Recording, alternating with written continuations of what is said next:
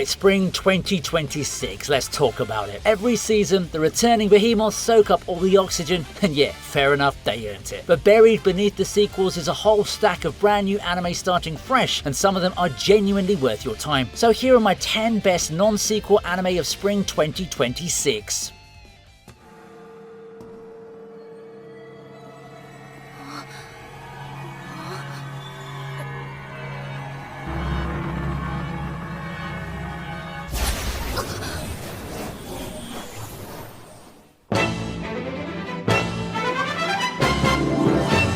Daisho era Japan, a cursed onmyoji who hasn't aged for centuries, and a modern schoolgirl yanked backwards through time because she walked through the wrong alley at the wrong moment. Now that's Mao. The newest anime adaptation from Rumiko Takahashi, which, if that name doesn't immediately mean anything to you, is the woman who basically built the romantic supernatural shonen template with Inuyasha, Ranma, and Urusei Yatsura. Her manga's been running since 2019 and the anime's finally landed. I love how Takashi's work is a folklore that feels lived in with her, not textbook. Mao and Nanoka are both wrestling with the fallout of the same ancient curse, so their partnership carries weight from episode 1 instead of the usual meet-cute filler we've seen 100 times. It's slower than her past stuff, more mystery of the week than grand quest, but the pace does suit it. If you grew up on Sunday morning Inuyasha, this will feel like coming home.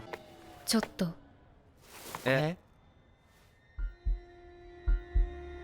これ先生が渡しといてくれってありがとうございます。怖っ。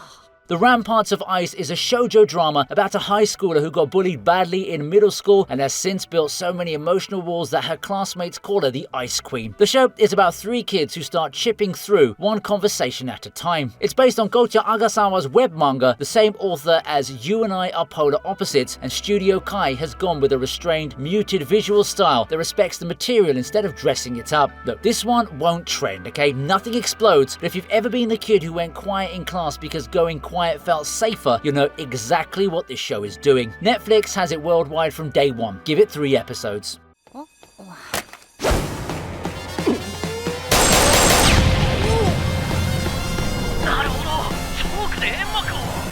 ちょっと黙っててくれる？あれ？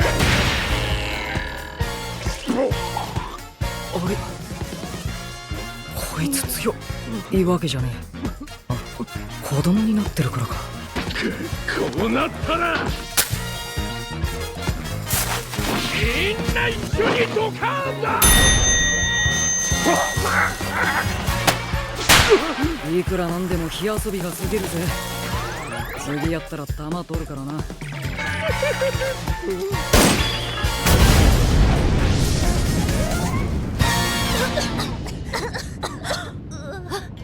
A 39-year-old legendary hitman gets stung by a mysterious wasp, wakes up in the body of a 13-year-old, and his boss's immediate response is, great, now you can go infiltrate a middle school for us. That's the setup for Kill Blue, and I genuinely can't believe more people aren't talking about it. The manga is from Tadatoshi Fujimaki, yes, the Kuroko no basketball guy, except now he's writing full-send absurdity instead of clutch 3-pointers. The manga ramped in Weekly Jump last September, so the anime has a complete story to pull from. It's the kind of specific comedy that I didn't know I needed this year, and I'm all in for it. If you've been missing stylish urban fantasy anime with a grounded modern Japan backdrop, then pull up a chair.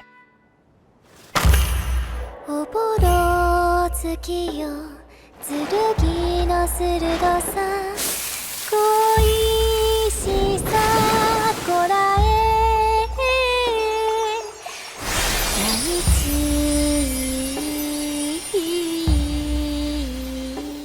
Here's the premise, okay? 4 agents carry the authority of the seasons themselves, and when one of them goes missing, that season literally stops happening in the world. The agent of Spring, Hinagiku, was kidnapped as a child, and for nearly 10 years, Spring just didn't arrive. Cherry blossoms stopped blooming. That's the kind of cosmic scale grief that this show is operating on. What grabbed me is that it's written by Kan Akatsuki, the author behind Violet Evergarden, and you can feel that same DNA all over these small, intimate conversations carrying absolutely massive emotional emotional weight. It's a quiet show. Two women, Hinagiku and her guard Sakura, are figuring out how to walk back into a world that moved on without them. Which studio handling the animation means the seasonal imagery is gonna look gorgeous. And honestly, I'm here for any anime willing to be this patient. Pair this one with a cup of tea.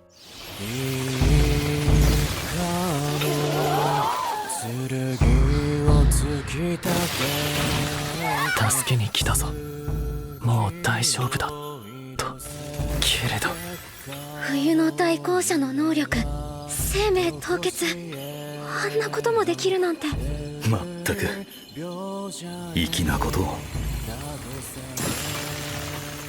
The Anime Merge just dropped their latest collection, and I'm not joking when I say this stuff hits different. Let's start with the hoodies. Check out those clean designs, packed with authentic anime vibes and comfortable enough for everything from marathon streaming sessions to stepping outside. This hoodie's versatile enough for every arc of your life. My favorite part? It's subtle yet powerful. Real fan gear. The type that gets noticed by fellow weebs who'll throw you that silent nod of respect. But here's the thing, if you're a true fan, you know your room is more than just a room. It's a shrine. And a shrine isn't complete without some serious flexes. The Anime Merch gets that, okay? They're not selling you junk that belongs in a filler episode. They're here to give your setup the kind of glow up even Goku would respect. The amazing peeps at the Anime Merch have hooked us up with 10% off your entire order. Just use code VINI at checkout. I've already placed my order, so now it's your turn. The link's in the description. Move fast before your size or favorite piece sells out. Stay cozy, stay cultured, and now back to the video. Marriagetoxin is the kind of concept you hear once and immediately go, yeah, okay, I'm in.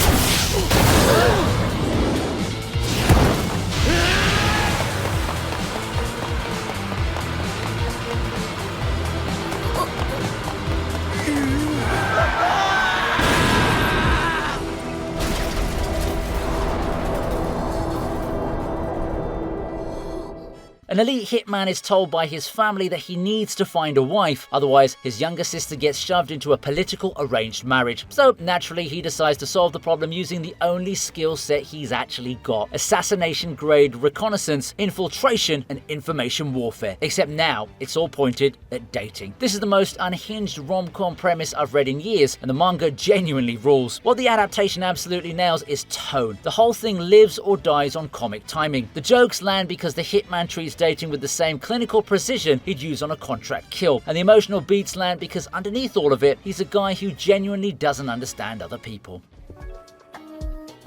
こんにちは、はじめまして。ゲロだ。年収万円。いや、全然ダメだよ。相手ドン引きしてんじゃん。茜の前ではかっこいいお父さんでいてよね。Akane-banashi is the adaptation I've been waiting years for. 私は夫が大好きです。こんな俺を茜は好きでいてくれた。父として落語家として俺が今まで培ってきた何もかもつぎ込んで俺は今日真打ちになる。 Rakugo, on paper, doesn't sound like it should work on a shonen manga, traditional Japanese comic storytelling, a single performer on a stage, no action, and yet this is one of the most quietly brilliant stories Jump has published in the last decade. Akane is a teenage girl who takes up Rakugo to avenge her father, who was unjustly disqualified from becoming a master. The genius of it is that revenge here looks like perfecting a centuries-old art form, one tiny gesture at a time. I'm genuinely nervous about the anime though, because so much of what makes the manga work lives in its panel composition, the pauses, the beats, the way a single expression can do the work of an entire page. If the studio understands that Rakugo is performance above all else, this becomes the emotional heavyweight of the season. If not, it'll still be great, just less great. むしろあの時から始まったんだ。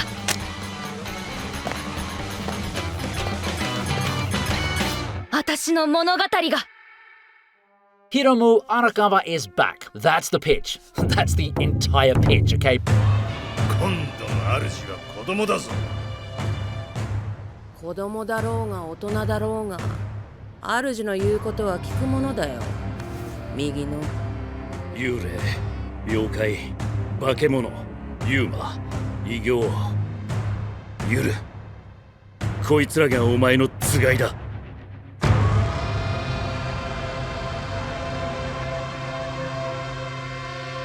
つがい。 The woman who wrote Full Metal Alchemist and Silver Spoon has a new manga getting adapted, and Demons of the Shadow Realm is exactly the kind of mythology-drenched, sibling-bonded, forbidden village mystery that plays directly to her strengths. Yuru is a boy raised inside an isolated village alongside his twin sister Asa. Then outsiders arrive, and everything he thought he understood about his own life quietly unravels. I was excited for this one because Arakawa isn't just about her world building, it's the undercurrent of ordinary human decency that runs through all her work, even when the stakes spiral into the mythic. 24 episodes confirmed, which means this isn't a tease run. The opening is already stuck in my head, eating very, very well this season. これで行ってみるか。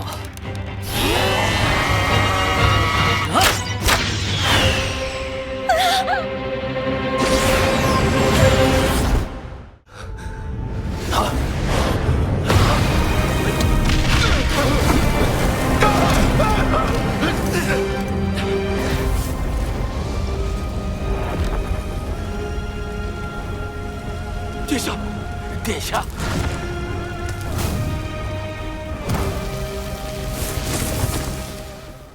There's a whole slice of isekai that I'd honestly written off years ago. You know the one, transmigrated protagonist, fantasy kingdom, big I was an engineer in my past life energy. Released That Witch is one of the original Chinese web novels that basically invented that entire template. And the weird thing is, it still holds up. The MC wakes up as Prince Roland, who's sent to a forgotten border town and slowly transforms it using modern industrial knowledge, while sheltering witches who the rest of the world wants dead.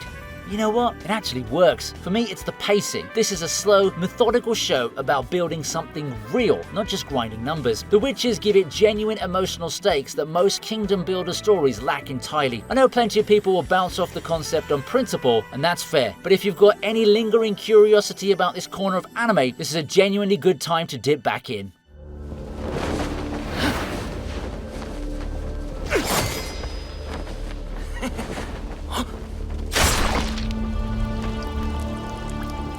从阴沟里溜进来的老鼠，把你们的脏手从我的小鱼干上拿开。 I went in thinking Nippon Sangoku was another historical Three Kingdoms show, and what I got was something significantly weirder. 今のあんたに足りとらんのはたった一つ。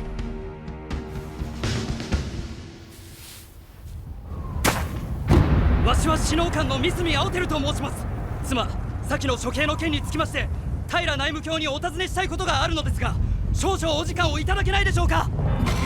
This isn't samurai era Japan, this is near future Japan. After nuclear war, government collapse and disasters have regressed the country back into a Sengoku-style warring state. Three nations now carve up the ruined landmass, their armies fighting with whatever weapons survive the fall, crossbows and rifles and katanas all at once. Kevin Penkin is doing the music, which if you watch Made in Abyss already tells you how dread-soaked the score is. It's brutal, and not in the grimdark for shock value way. It's the kind of brutal where you watch a warlord make a cold, strategic decision that'll get thousands killed, and you sit there actually understanding why he made it. It's on Prime Video globally. If you like the art style and want something unhinged, this one's for you.